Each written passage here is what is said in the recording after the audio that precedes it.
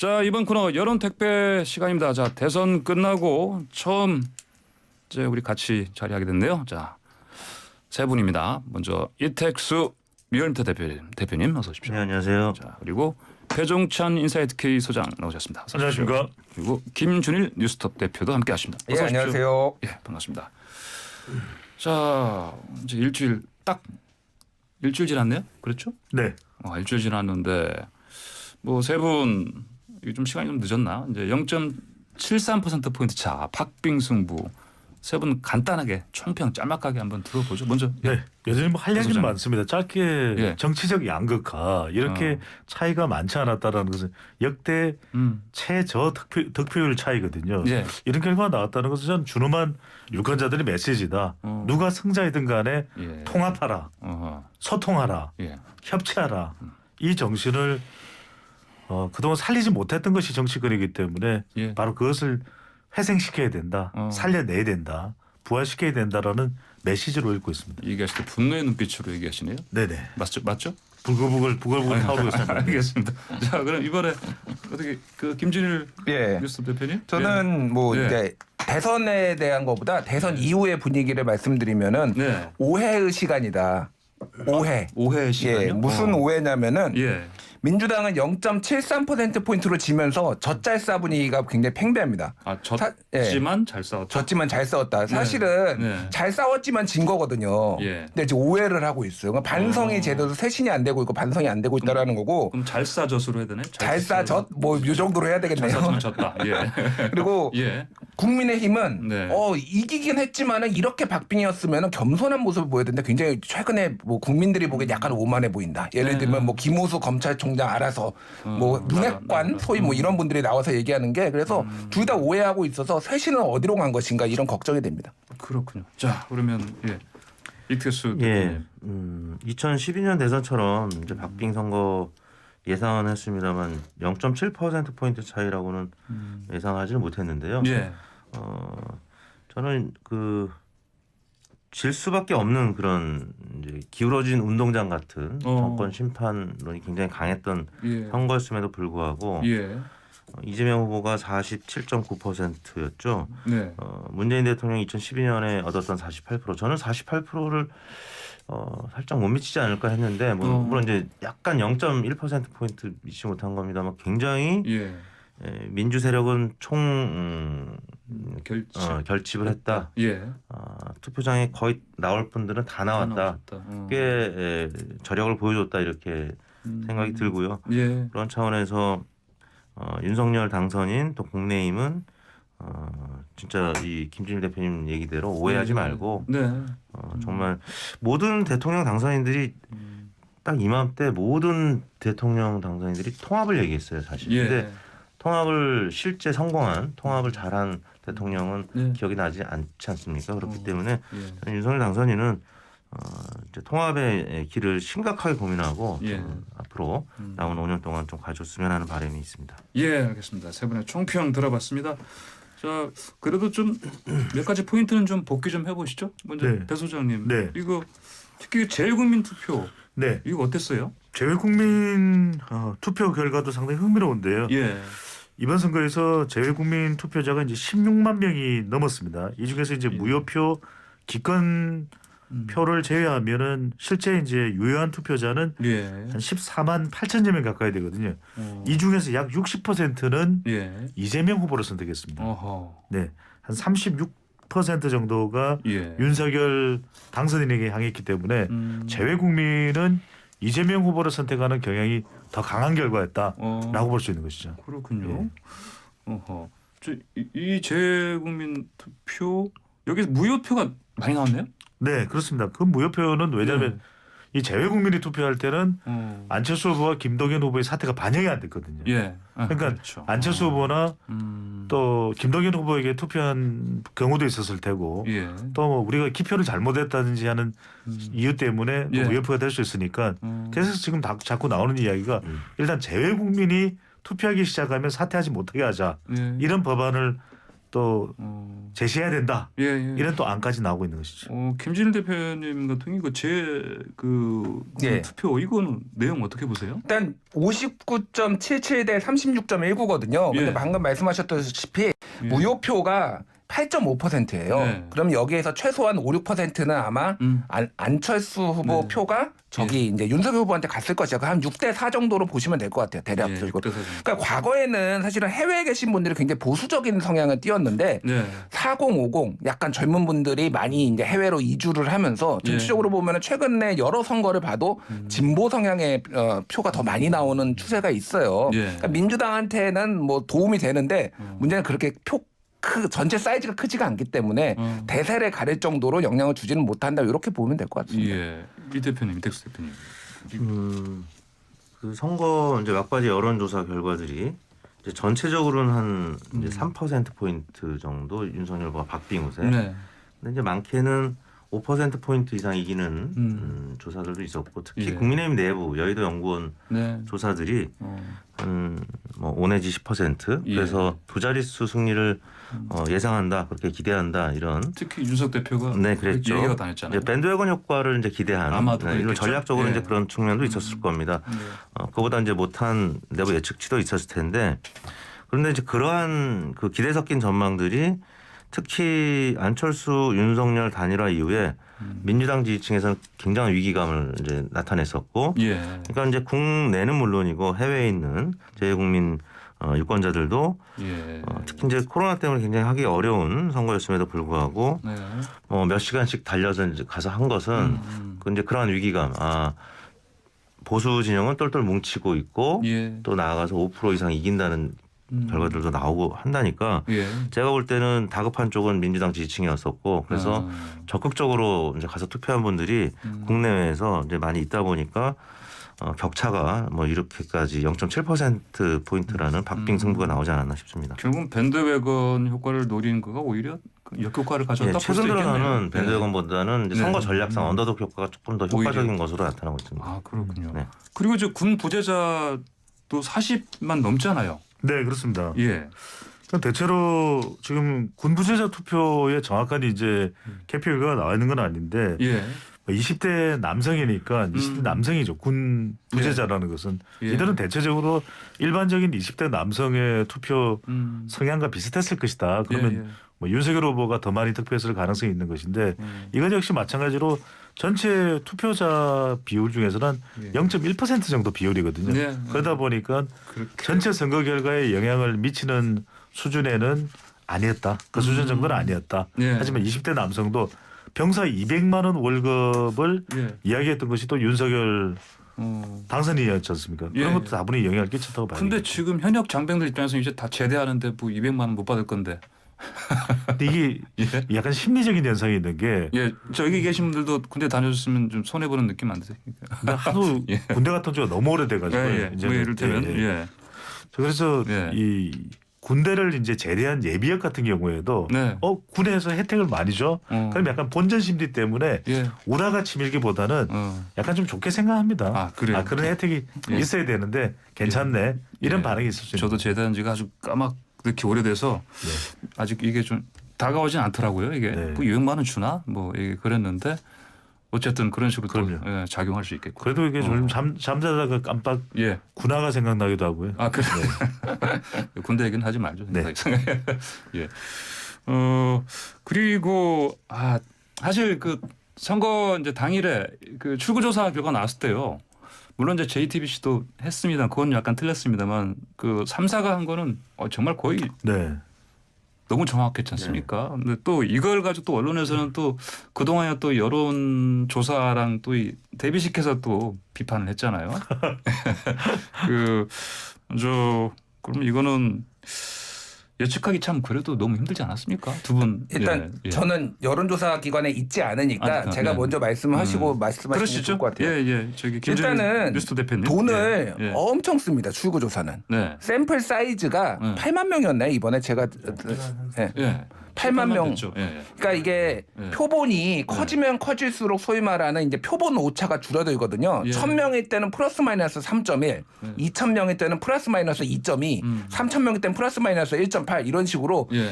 굉장히 줄어들. 만약 8만 명이다 제가 정확하게 모르는데 8만 83,000. 예, 8만 3천 명. 네. 그 8만 4천 명 정도 되면은 표본 오차가 매우 줄어듭니다. 네. 그러니까 이게 0.33인데 0.33이요. 예, 예. 근데 이제 사전 투표, 본 투표 나눠서 하다 보니까 방송 3사에서 0.8% 포인트라고 예. 발표를 했습니다. 그러니까 어떻게 보면은 여론조사 기관보다 정확해야 되는 게 당연한 거예요. 네. 더 당연한 거고 일부 여론조사 기관에서는 오차 범위 밖에서 이제 이번에 틀린 데도 있지만은 일부 여론조사 또 뭐 리얼미터 같은 곳에서는 예. 맞췄어요. 또 오차 범위 예. 안으로 들어왔기 아, 때문에 그런 네. 부분들도 좀 봐야 돼. 그러니까 왜 못 맞췄냐보다는 이번에 막판에 엄청나게 좁혀졌잖아요, 사실은. 예, 예. 그러니까 소위 말하는 이제 안개 전국 깜깜이 기간에 엄청나게 이제 돌아서 사실은 그 흐름들이 예. 오차 범위 밖으로 나와 버렸거든요. 결과적으로 그럴 때는 한 3%뭐 안팎으로 이제 네, 네. 윤석열 후보가 유리하다라고 그 전까지는 나왔기 때문에 굉장히 난이도가 높았음에도 불구하고 일부는 맞췄다라는 거에 좀 초점 맞춰야 될 것 같아요. 저 사실 뭐 우리나라 또 여론조사가 워낙 많이 나오고 네. 여론조사 기관 되게 많다고 난무한다는 얘기도 하는데 그럴 거면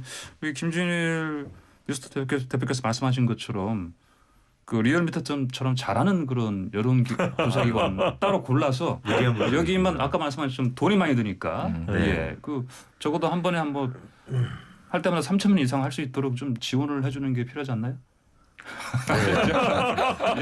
예, 그렇게 해서 정말 왜냐면은 다른 나라 같은 경우는 이를테면 1,000명 그 표본 가지고는 그 발표도 못하게 하는 나라들도 있고 그러지 않습니까? 어쨌든 뭐 제가 예, 근데 이제 예, 제 경험상으로는 네. 조사를 적절한 때에 네. 이제 적절한 방법으로 하면은 1,000명으로 미국도 1,000명으로 정확한 조사를 하는 경우가 예, 자주 있거든요. 예, 그래서 이제 제가 봤을 때는 그 이번에 특히 어려웠던 이제 예측의 조건이 사전 투표 때 네, 무려 36.9%가 이제 투표를 하면서 네. 거의 전체 투표자의 한 절반 가까운 분들이 하지 않았습니까? 예, 그래서 선거 당일날 예측했던 곳들 중에서 오차 범위를 살짝 넘는 곳들은 본투표에 방점을 두고 예, 그 시점에 이제 조사한 결과들 보통 하루나 이틀 전에 조사한 결과들 갖고 예. 발표했던 곳들이 조금 오차가 있었고요. 방송 3사 같은 경우는 사전 투표도 있는 그대로 이제 웨이트 가중치를 이제 주면서 예, 이제 했었는데 이제 뭐 리얼미터 같은 경우는 이재명 후보 0.7% 포인트, 윤석열 후보 1.6% 포인트로 이제 저희는 3,000명 했기 때문에 네, 플러스 마이너스 1.8% 포인트. 네, 네. 다행스럽게 오차 범위 내에 들어가긴 했는데요. 저희가 이제 이번에 받은 교훈은 사전 투표하고 본 투표가 이제 예전에는 이제 하나의 조사라고 생각을 해서 예, 통계 방식도 예. 크게 다르지 않게 저희가 이제 접근을 했었는데 아마 네. 이번에 오차가 좀 있었던 조사기관들은 아마 그런 식으로 접근을 했을 겁니다. 근데 이제는 완전히 다른 투표라고 보셔야 돼요. 이게 예. 한 일주일 정도의 격차도 있고 그 사이에 워낙 많은 또 변화가 있기 때문에 예. 그러니까 원래 진보층은 사전 투표, 보수층은 본 투표하는 예. 미국도 그런데요. 근데 우리나라의 경우는 그런 데다가 그 사이에 이슈 변화가 너무 많고 뭐 그 사이에 예를 들면은 뭐 TV 토론이 있을 수도 있고 아니면은 단일화가 있을 수도 있고 단일화 역통이 불 수도 있고 막 이런 상황이었기 때문에 네. 그래서 앞으로는 사전 투표도 이제 하나의 패턴으로 잡혀진 것 같습니다. 한 네. 절반 정도는 하니까 앞으로는 더 할 수도 있겠죠. 그래서 이제 아예 별개 투표로 보고 이제 통계 방식을 예. 분리해서 좀 해야 되지 않나. 이번에 방송 3사는 철저하게 분리해서 통계를 냈던 것으로 알고 있고 예. 그 추정이 굉장히 잘 맞았던 것 같습니다. 예. 배 소장님 말씀드리겠습니다. 뭐전 덧붙일 거 없이 결국 예, 예. 선거 여론조사와 추구조사는 다른 조사죠. 그러니까 예, 예. 선거 여론조사는 아직 투표하지 않은 유권자를 대상으로 한 것이고 추구조사는 투표한 유권자거든요. 예. 그러니까 투표율이 반영되지 않은 선거 여론조사를 투표 결과 예측조사와 바로 연결시키는 것은 좀 무리가 뒤따르는 부분이 있는 것이고 그만큼 예. 또 김준일 대표가 말씀하신 대로 이번 대선 정말 깻잎 반의 반장 차이로 좁혀질 정도로 정말 초접전이었지 않습니까? 예, 그런 그렇죠. 표심의 변화까지도 반영하기 위해서 전 두 가지입니다. 하나는 공표 금지 기간도 이제는 좀 해제가 될 필요가 있을 테고 예. 좀 제거할 필요가 있을 것 같고요. 없어져야 되고 그리고 또 워낙 이렇게 초접전이 될 것 같으면 마지막에 단이라도 예. 여론조사 결과를 알 수가 없었지 않습니까? 예. 그렇다면 이제 결선 투표를 도입하는 것도 네. 좀 더 심각하게 더 적극적으로 좀 검토할 필요가 있어 보입니다. 그러게요. 예. 덧붙이자면 사전 투표 한 사람들한테는 지금 현행법상 네. 누구에게 투표하셨습니까라고 전화조사할 때도 못 물어봤어요. 예. 그러니까 사실 전화조사로 예측한 곳들 중에 틀린 곳들이 최근에 2곳이 있었는데 예. 맞출 수가 없는 사실 현행법을 갖고 있습니다. 저희는 그거를 좀 넘어서 가지고 약간 우회적으로 질문을 하긴 했는데 예. 그래도 출구조사도 사실 사전 투표한 분들한테 못 하지 않았습니까? 네. 사실 이번에 이렇게 정확하게 맞춘 거는 저는 기적적으로 맞췄다고 보고요. 왜냐하면 사전 투표한 사람들한테 출구조사를 못 했는데도 맞춘 거는 이건 사실 기적입니다. 근데 앞으로 이제 사전 투표자들한테도 출구조사하고 그다음에 전화조사도 누구에게 투표하셨습니까라고 물어볼 수 있는 법 개정이 이루어진다면 네. 보다 더 이제 유권자분들한테 정확한 조사를 알려드릴 수 있지 않을까라고 생각을 해서 예. 국회의원분들한테 꼭 부탁을 드립니다. 예, 알겠습니다. 김진 대표님도 하신 말씀 있는 것 같아요? 아니요, 뭐 없습니다. 예. 자, 여론 택배요. 네. 광고 좀 듣고 돌아와서 다시 가겠습니다. 네, 여론조사, 여론 분석의 3스타와 함께하는 3스타는 이택수 리얼미터 대표, 배종찬 인사이트 K 소장 그리고 김준일 뉴스톱 대표를 읽었습니다. 네. 제가 막 일부러 그냥 막 얘기했는데 맞죠? 저는 3스타 중에서 예. 네, 배종찬 소장은 똥스타. 예. 자, 여론 택배 계속 자 이어가시죠. 이번 대선 결과에 대해서 좀 만족도 물어본 조사가 있었죠. 그렇습니다. 이 예. 조사가 상당히 의미심장한데 예. 뉴스토마토가 미디어토마토에 의뢰를 내서 지난 10일, 13일 실시한 조사입니다. 자세한 사항은 조사기관의 홈페이지에서 확인 가능합니다. 예. 이번 대선 결과에 대해서 어떻게 생각하느냐 이렇게 물어봤는데요. 만족한다가 42.3%, 만족하지 않는다가 48.7%로 네. 수치상으로 만족하지 않는다가 더 높은 결과입니다. 근데 이걸 좀 구체적으로 세부적으로 분석을 해보면 30대, 40대, 50대에서는 불만족이 더 높았고요. 이른바 이번에 이준석 국민의힘 대표가 이야기를 했던 세대 포이론의 연령대죠. 예. 20대와 60대 이상에서는 만족한다는 의견이 더 높게 나타났습니다. 근데 특히 주목할 부분은 30대인데 예. 30대는 만족보다는 불만족이 더 높게 나타났고요. 30대가 예, 지역으로 보면은 호남, 경기, 인천 주로 이제 이재명 후보의 정치적 기반이 있는 곳이라고 보면 될 텐데 예. 여기서는 불만족이 더 높았고요. 대구 지역에서는 만족이 높았습니다.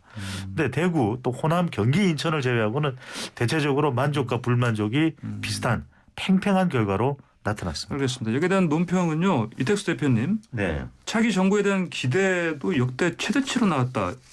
맞습니까? 이거 네, 같이 그렇습니다. 얘기를 이제 들어보고 이제 네, 리얼미터가 이제 미디어 헤럴드 의뢰로 10일, 11일 양일간 조사한 내용입니다. 예. 저희가 원래 선거가 끝나면 바로 이제 그 다음 주에 당선인에 대한 국정수행 전망을 물어보는데요. 예. 윤석열 후보의 경우 당선인의 경우에는 긍정 52.7, 그러니까 매우 잘할 것 35.2, 약간 잘할 것 17.6, 합쳐서 52.7%가 잘할 것이다라고 전망을 했습니다. 예. 반면에 이제 부정평가는 41.2, 별로 잘하지 못할 것 12.2, 전혀 잘하지 못할 것 29.0, 합쳐서 41.2%는 잘 못할 것이다라고 해서 예. 한 11.5% 포인트 가량 긍정평가가 높긴 했습니다. 예.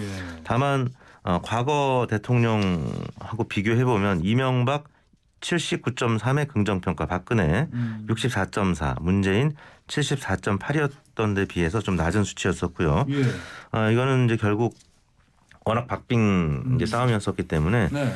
특히 이재명 후보 지지층에서는 좀 부정적으로 평가하는 분들이 여전히 많이 있다는 얘기고 어제 발표한 또 한국 리서치 조사 같은 경우는 예. 이거보다 조금 더 긍정평가가 낮았습니다. 그래서 어떻게 보면 이게 이제 기저효과 때문에 윤석열 당선인은 조금 부담 없이 시작할 수도 있겠죠. 왜냐하면 나중에 오히려 취임 이후에 국정수행 평가 공식적으로 하게 되면 국정수행 전망 다른 대통령 비해서 좀 낮은 상태로 출발했기 때문에 네.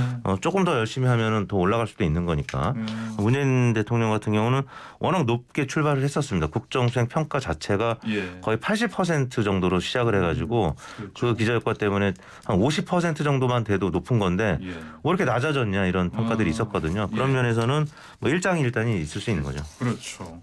자, 이 두 개 데이터에 관련해서 뭘 시사하는지 좀 예. 이번에는 김진일 뉴스 대표님. 예, 제가 요거 좀 설명을 드릴게요. 예. 예고된 수치예요. 지금 기대치가 낮은 이것도. 게. 왜냐하면은 출구조사 지상파 3사 출구조사에서 예. 여론조사를 했어요. 만족감 여부에 대해서 대통령 후보로서 만족스럽게 느낌에 투표했다가 47.6%, 만족스럽지는 않지만 투표했다가 49.3%, 절반 이상이 더 만족스럽지 않게 투표를 했고요. 예. 20대는 64.1%가 불만족스럽다고 얘기했어요. 예. 후보자는 불만족스러운데 울며 겨자 먹기로 투표를 했다. 이런 결과가 예. 지금 당선인의 이런 결과에 나온 거고, 또 하나는 갤럽이 예. 대선 이후에 조사했거든요. 왜 투표했냐. 이재명 후보에게 투표한 이유가 상대 후보가 싫어서가 27%로 1위예요. 그렇게 그리고 많아요. 윤석열 후보한테 투표한 이유는 정권 교체가 39%, 2위가 상대 후보가 싫어서가 17%. 네. 그러니까 만족하면서 예. 후보를 지지한 게 양쪽 다 아니고, 특히 윤석열 후보는 자질이 좀 부족한 거 아니야? 이런 예. 우려가 있음에도 불구하고 정권 교체 때문에 찍은 분들이 많은 거예요. 그러니까 지금 이런 만족도나 기대치가 낮은 건데, 방금 이택수 대표가 말씀하셨듯이 호재입니다. 너무 낮아. 예전에 윤석열 후보가 토론 못할 거다. 기대치가 네, 네. 낮았는데 조금만 잘하면은 굉장히 호평을 받았잖아요. 마찬가지로 조금만 잘해도 윤석열 정부는 호평을 받을 어떤 바탕이 마련됐다. 이렇게 볼 수 있을 것 같아요. 예. 예. 배 선생님. 그건 중요합니다. 이런 대선 결과를 냉정하게 읽는 것이 우선이겠죠. 그러니까 과장되지도 또 예. 너무 과소평가해서 읽어서도 안 될 것 같고 있는 그대로 국민들은 그래서 우리 유권자들이 요구하는 것이 그렇습니다. 이렇게 아주 적은 표 차이로 당선자를 결정 내린 것은 그만큼 통합이 중요하다, 소통이 중요하다, 협치가 중요하다. 네. 그래서 윤석열 당선인이 얼마든지 점수를 얻을 수 있는 분야가 있습니다. 대목이 있습니다. 네. 그러니까 대선 당선인이 선거 내내 강조를 했던 것이 바로 헌법 정신, 네. 공정 그리고 상식 아니겠습니까? 그러니까 지금도 보면 청와대 문재인 대통령과의 오차이 네. 무산됐는지 연기됐는지 일정 조정인지 어쨌거나 이전의 대통령과 또 당선인과의 만남과는 다른 모습이거든요. 네. 그만큼 이 갈등보다는 대화 또 충돌보다는 중재, 저는 이런 부분들을 좀 더 인수위 그리고 이제 윤석열 당선인이 더 강조해서 네. 받아들일 필요가 있을 것으로 보입니다. 그렇군요. 방금 저 얘기하셨으니까 어제 그 오찬 회동 그거 무산된 거 그 참 듣고 좀 놀라지 않으셨어요? 저 어제 이거 진행하다 8시에 소식이 들어왔는데 예. 이게 무슨 일이야 그랬거든요. 저도요. 일단 뭐 여러 가지 이제 언론들에서도 오늘 기사들이 많이 예. 어제 오늘 많이 나왔는데, 예. 뭐 이명박 전 대통령 사면에 대해서는 사실은 그거는 대통령의 고유 권한인데 네. 바깥에서 너무 좀 언론 플레이를 소위 했다. 뭐 윤석열 측 당선인 측 인사들이 뭐 권성동 의원이나 이런 분들이 예. 김경수랑 같이 묶어서 사면할 것이 100%다. 그러게요. 깜짝 놀라서 100%라는 얘기에 제가 깜짝 놀랐는데 이렇게 좀 언론 플레이한 것에 청와대가 굉장히 불쾌했다라는 거 하나가 있고, 네. 가장 핵심적인 거는 지금 인사 문제인 것 같습니다. 지금 국민의힘에서는 문재인 정부의 알박기 인사라고 하면서 국회 차원에서 지금 정당 차원에서 조사하고 있거든요. 네. 공공기관 이거에 대해서 정당한 인사권 행사인데 그러니까 이거예요. 호의가 이거는 우리는 호의거든요. 인사를 협상하는 건 문재인 정부 청와대 입장에서는.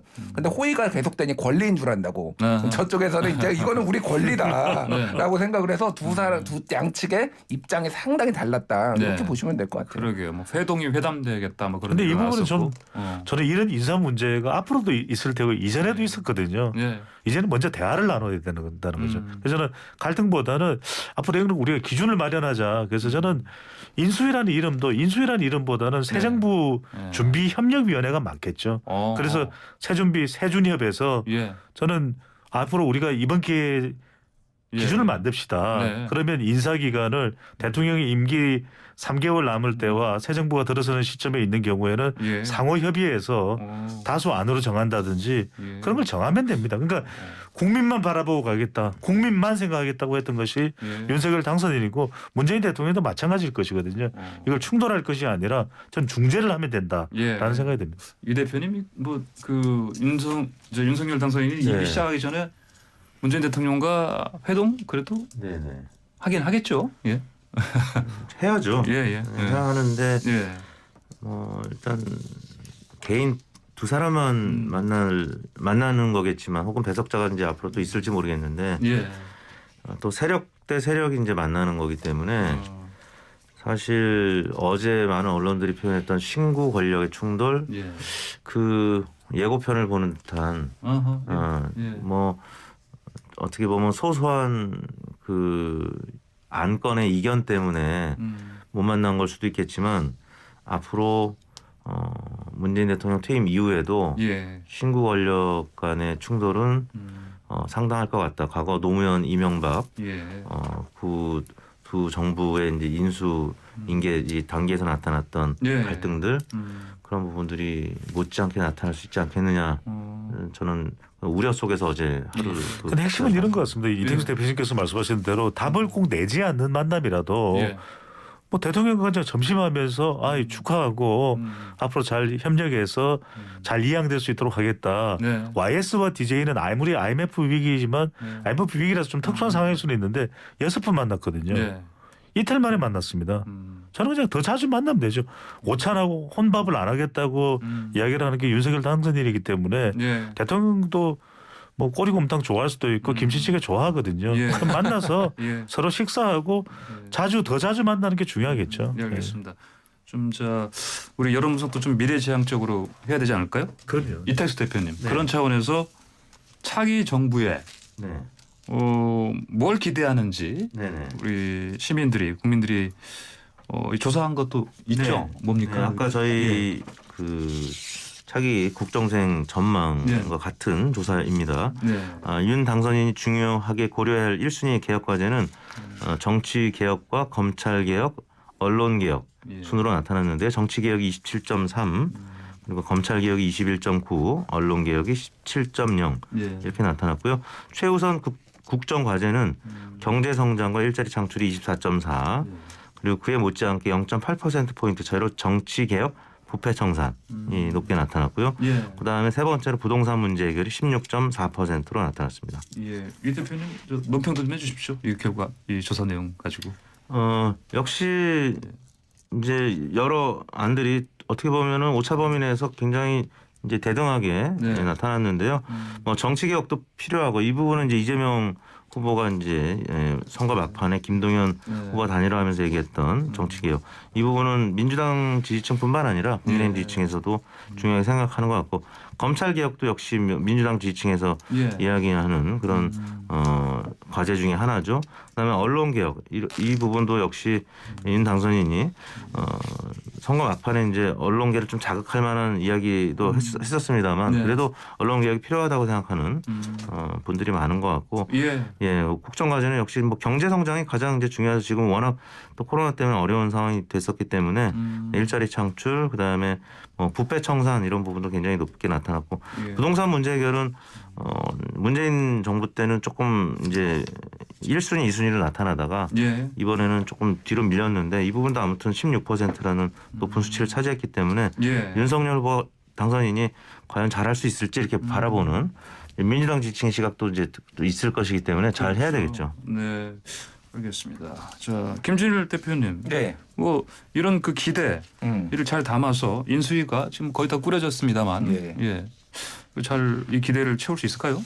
그러니까요. 지금 제가 앞에 모두 발언 같이 네. 성격에서 얘기를 했는데 예. 지금 인수위가 됐든 약간 불안합니다. 저는 네. 약간 지금 그러니까 새로운 네. 국민의힘 새로 여당이 될 정당에서 조금 오만하게 비춰지는 것들 이렇게 보여요. 지금 예. 아까 말씀하셨지 뭐 김호수 검찰총장 알아서 거취를 표명하라. 다른 사람도 아니고 권성동, 김기현, 예. 뭐 권영세 이런 분들이 얘기하면 이게 뭐 그걸로 들리겠으면 압박으로 들리죠. 이게 불행한 역사의 반복이거든요. 거거든요. 지금 집중해야 될 거는 민생 여기 나와 있지 않습니까? 경제 성장, 일자리 창출 이런 거를 인수위에서 착착착 내놔야 되는데 네. 엉뚱한 메시지들이 나오고 있다. 그런 거에 봤을 때는 조금 더 민생 쪽에 좀 초점을 맞추시면 될 것 같고 지금 윤당선인 아까 전에 개혁과제, 정치개혁, 검찰개혁, 언론개혁 있잖아요. 네. 요거는 불만의 크기에 비례한다고 보면 됩니다. 가장 정치권의 불만이 크고요. 사람들이. 그다음에 검찰, 그다음에 언론이라고 보시면 돼요. 네. 이런 것들 좀 하나씩 추후에 해결하셨으면 좋겠습니다. 알겠습니다. 참 우리 인수위 얘기하는데 인수위원 인선 오늘 완료된다. 이르면 내일 오전 인수위 현판식 가능할 듯 이런 속보가 들어왔네요. 자 참고하시고요. 네. 자, 마지막 시간 얼마 안 남아서 배 소장님. 네, 짧게 말씀드리겠습니다. 짧게 듣고. 안철수 위원장이 예. 이 겸손, 소통, 책임 강조하지 않았습니까? 인수위. 예. 인수위가 성공해야 새 정부도 성공할 수 있으니까 저는 인수위에서 중요한 것은 철학, 예. 또 인사, 제1기 내각을 준비하는 거 정책입니다. 정책 선별해야 됩니다. 예. 다 못합니다. 무엇보다 중요한 것은 윤석열 당선이 강조한 게 헌법 정신, 공정, 상식 아니겠습니까? 잊지 말아야 합니다. 알겠습니다. 오늘 세 분과 함께한 여론 택배 여기서 마무리하겠습니다. 세 분 말씀 잘 들었습니다. 감사합니다. 네, 감사합니다. 고맙습니다.